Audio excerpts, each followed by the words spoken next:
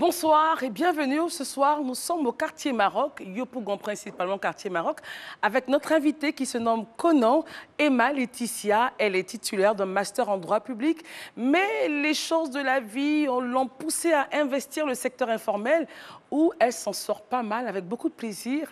Emma arrive, voilà, à la maison et tout. Hello, chérie, ça va? Oui, très bien. Oh, trop heureuse, très heureuse, pardon, de te recevoir. Assieds-toi, pose ton sac, ma chérie. Ça va? Oui, ça va très bien.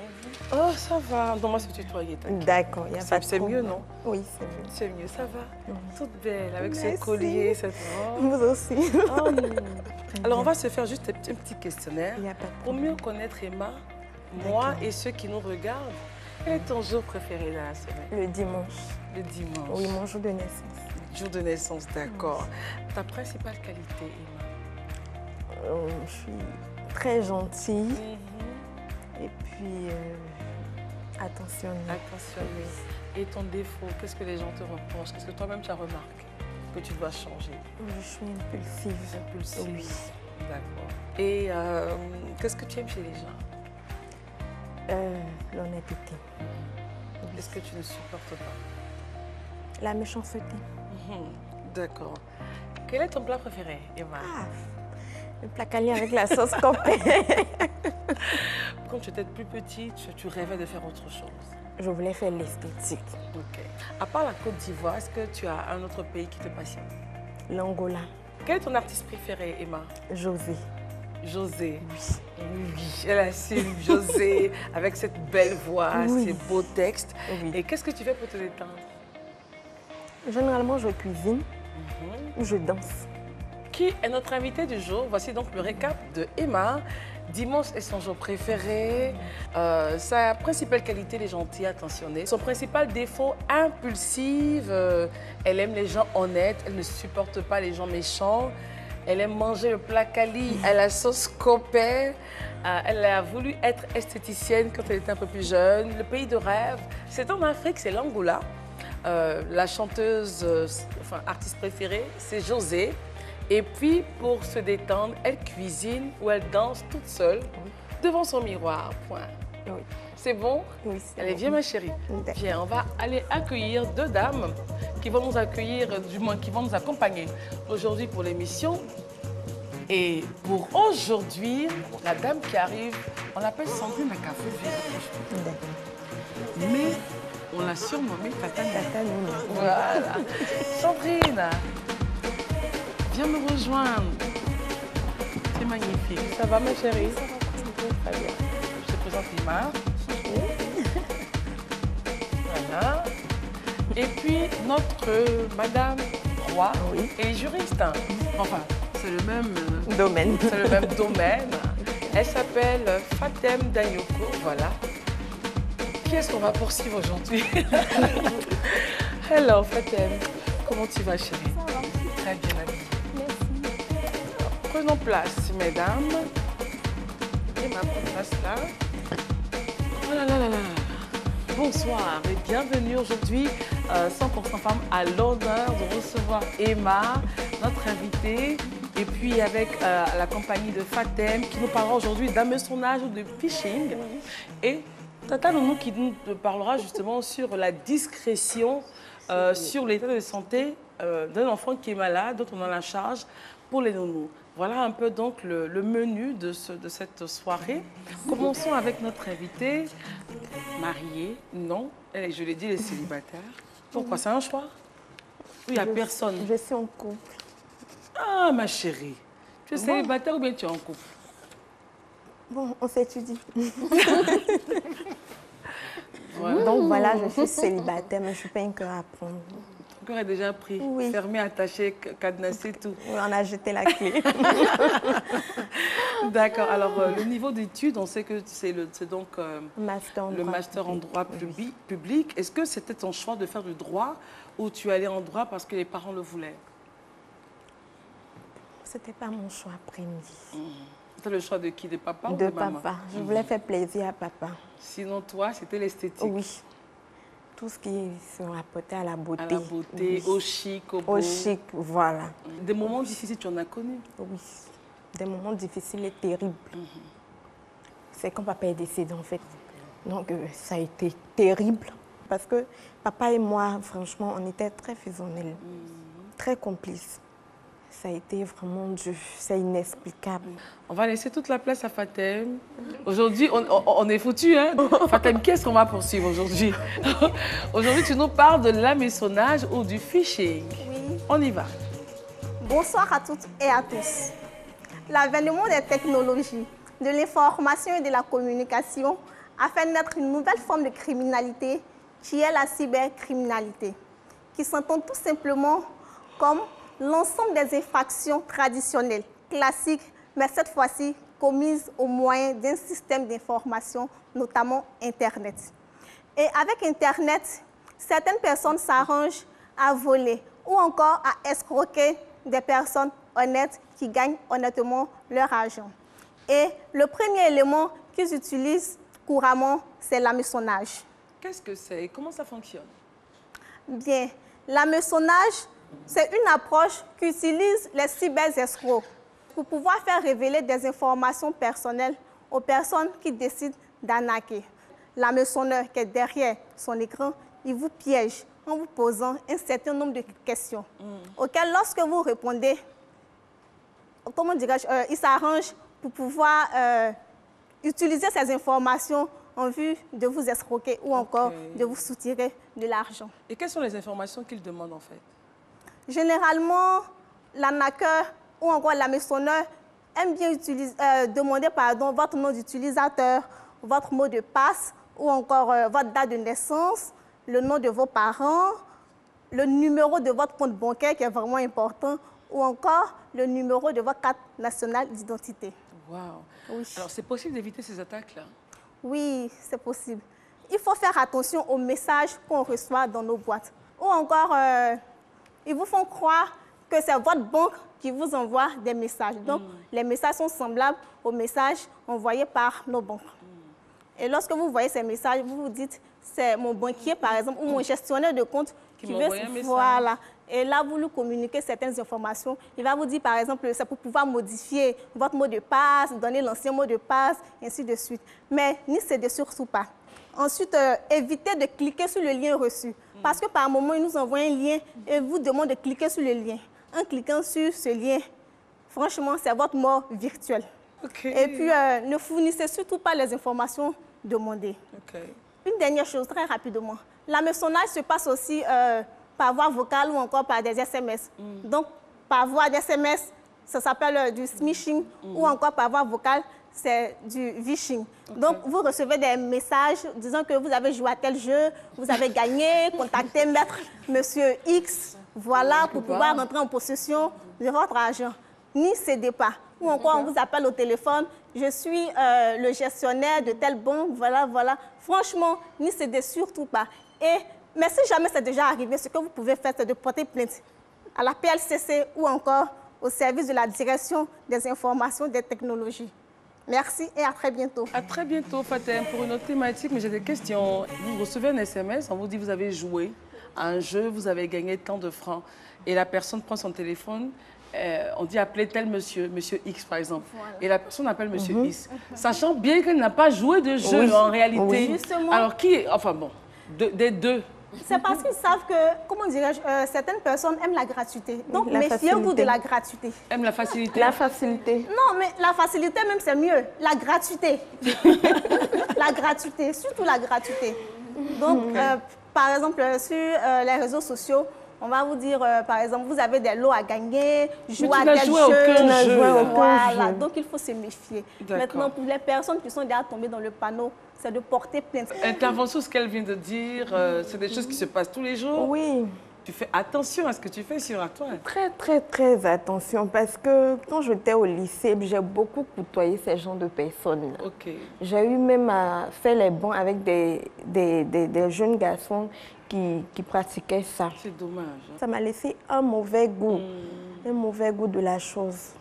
Et puis, je me dis, vous arnaquez, vous allez vider le compte d'une personne. Imaginez la souffrance que cette personne-là va vivre. Bien sûr. Emma, revenons à toi. Oui. Parlons un peu de ton commerce. Tu te retrouves en train de faire une activité sur la toile, justement. Tu vends des chaussures, des sacs et tes perruques également sur la toile et ça marche. Comment est-ce que ça a démarré? Comment ça s'est passé? D'abord, j'ai commencé avec les perruques. Les perruques, c'est après le bac. Je ne sais plus en quelle année, mais bon, j'avais plus, sincèrement, j'ai tellement abusé des tresses, j'avais plus de cheveux devant. On appelle les chili-pellets. Les chili-pellets, voilà. Donc, j'avais une amie, il y a eu l'avènement des perruques où on faisait des coiffures extraordinaires, les coupes qu'on avait l'habitude de faire. Donc, il y a une amie qui avait plein de perruques comme ça. Je suis allée, elle me dit que c'est sa coiffeuse qui est au marché de Belleville qui confectionne ça à 15 000 francs. J'ai dit, OK, il n'y a pas de problème. Donc, je vais acheter 2 perruques. J'arrive à Belleville, la coiffeuse me dit, ma chérie, attends, j'ai beaucoup de commandes. Attends, moi, je suis une bricoleuse. Donc, je regarde la dame, elle a la tête de mannequin, elle a un filet, elle a les mèches. Au début, on faisait à la colle. Oh, bien sûr. Donc, j'ai regardé, j'observais. Je dis, madame, excusez-moi, je vais aller acheter à manger, je reviens. Donc, je rentre dans un magasin, je prends 2 paquets de mèches, je vais chez une dame à Nongo. Je dis, madame, je veux filer de perruque là. Il me donne. Et j'arrive à la maison, je mets, bon, comme la colle, souvent, ça colle fort. Donc, je mets un sachet noir sur la tête et puis je commence à coller moi-même. J'ai commencé de 18h à 22h. Donc, je finis la perruque. Moi-même, j'ai commencé à râper. Puis le lendemain, j'ai eu ma perruque. Je sors les tentures du quartier. Qui t'a coiffé? Ta coupe est belle. Je dis, ah bon, c'est une perruque. Qui a fait? Il dit, c'est moi-même. C'est comme ça un peu, les gens ont commencé à commander. Et puis un jour, il y a eu des dames qui sont venues en vacances en Côte d'Ivoire, des dames burkinabées. Puis je reçois un coup de fil pour dire, non, tu confectionnes des perruques, on vient d'arriver de France, on veut des perruques. Combien de perruques? 10 perruques. Waouh! Donc je fixe les prix, 12 000, elles me remettent l'argent cash en euros. Je vais échanger. C'est important. Voilà. Je vais échanger, puis je confectionne un peu. C'est comme ça. C'est comme ça que c'est parti. J'ai commencé à avoir des commandes. Et puis, j'ai eu un souci au dos. Oui. Parce que je m'asseyais longtemps. C'est clair, longtemps. Donc, j'ai eu un souci au dos. Pendant 2 semaines, je ne pouvais rien faire, même soulever un verre. Donc, j'ai stoppé un peu. Ça fait que ça m'a ralenti. Mais de temps en temps, je confectionnais, mais à mon rythme, quand je suis fatiguée. Est-ce que c'est justement de là que tu as ajouté les chaussures? Non. Encore. Les chaussures, c'est... Bon, après ça, j'ai commencé à faire les vêtements.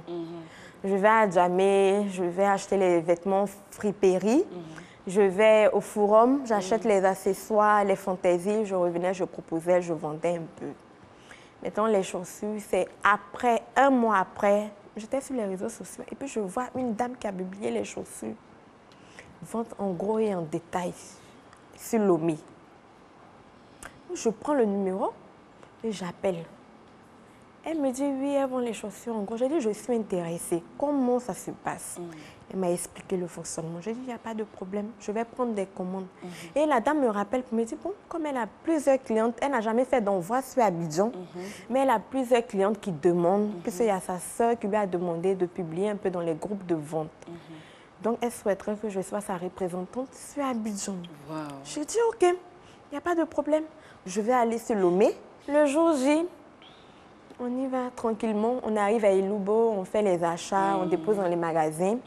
Et à 18h, on prend le bus pour Lomé. Donc, on va, je vais rencontrer la dame en question. Elle m'a bien accueillie. C'est une dame burkinabé même qui réside là-bas. On échange, tout ça. En tout cas, elle a été bien. C'est une dame honnête. Elle m'a montré chez elle, son magasin, tout.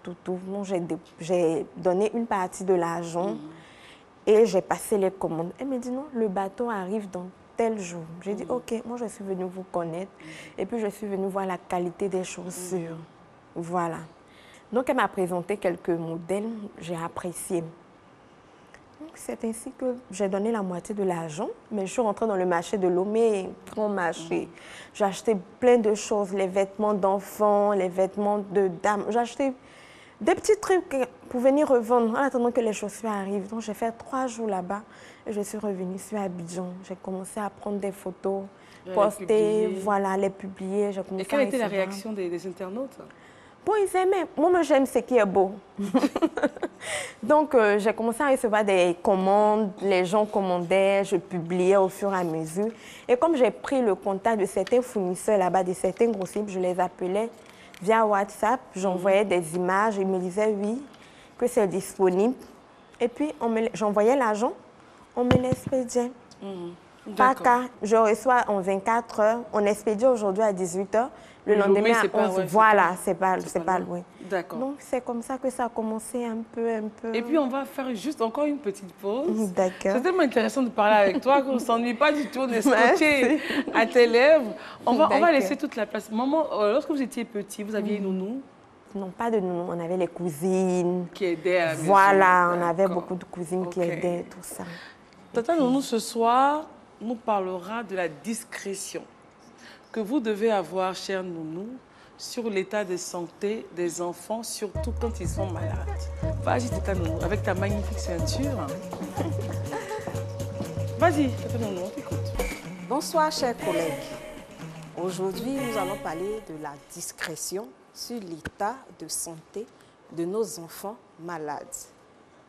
Nous avons souvent en charge des enfants malades, peut-être d'une maladie contagieuse ou très grave. Chers nounous, nous devons pouvoir avoir beaucoup d'attention pour ces enfants, beaucoup d'amour, de soutien, et nous devons suivre à la lettre le traitement de ces enfants. Parce que ces enfants-là, ils ont besoin de nous et ils ont besoin que nous soyons discrets sur leur état de santé. Alors, quelles sont les recommandations pour les nounous? Le conseil que je peux donner à mes collègues aujourd'hui, c'est que la nounou n'a pas le droit de divulguer à quiconque autour d'elle ou à des visiteurs qui sont de passage au domicile de son patron des informations concernant l'état de santé de l'enfant. Souvent, nous avons des enfants qui sont très parasitaires, qui font des crises. Notre rôle, ce n'est pas d'aller informer le voisin sur l'état de santé grave de l'enfant.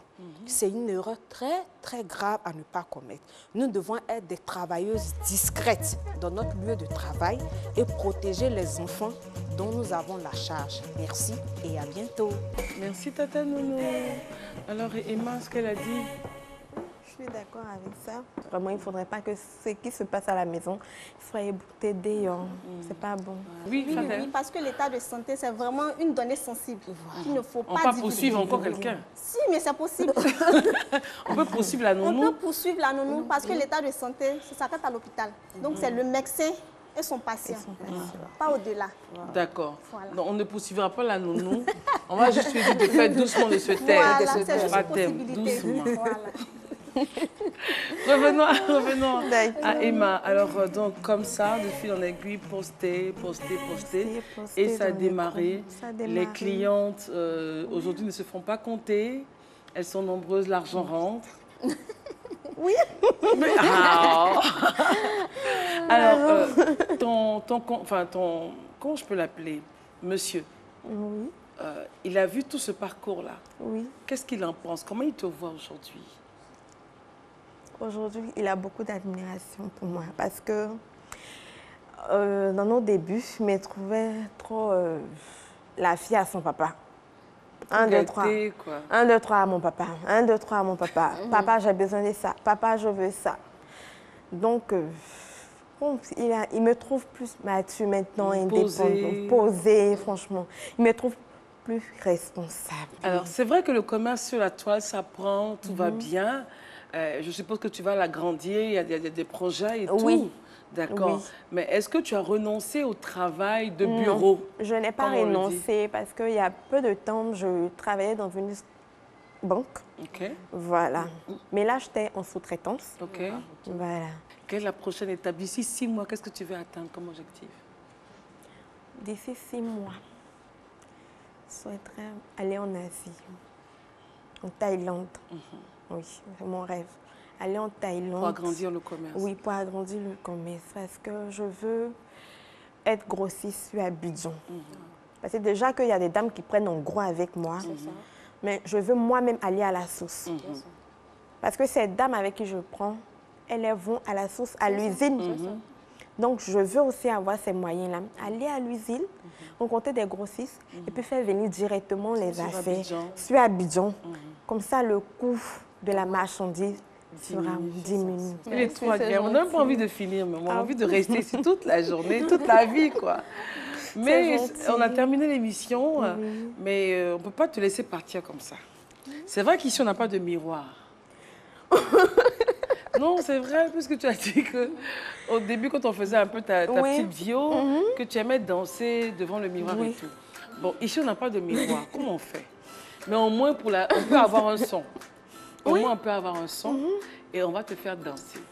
Juste pour te détendre et te dire qu'on a aimé. On m'a demandé de ne pas danser, mais je vais danser. Qui on, monsieur? Oui, parce que je danse très mal. Bon, je peux parler un peu de cette chanson. Oui, bien sûr. J'ai aimé la chanson de Kérosène DJ. Le temps fait toutes choses. Soyons patients. Avec Dieu, tout se fait dans le temps. Avec le temps. Et donc, on va se lever, ma chérie. Et puis, tu vas nous faire quelques petits pas. Même si nous... Comme il a connu, il lui a dit, ne va pas danser là-bas. D'accord. Alors que je danse bien, je comprends pas. Vas-y. Galères sont des mauvais souvenirs. C'est ma chanson, hein? T'as tout le temps de t'en sortir. Le deuxième nom de Dieu, c'est le temps. C'est le temps. Forcé pour toi pas sortir. Ça va vous. Comment tu fais ça? Ça va vous. Reste confiant.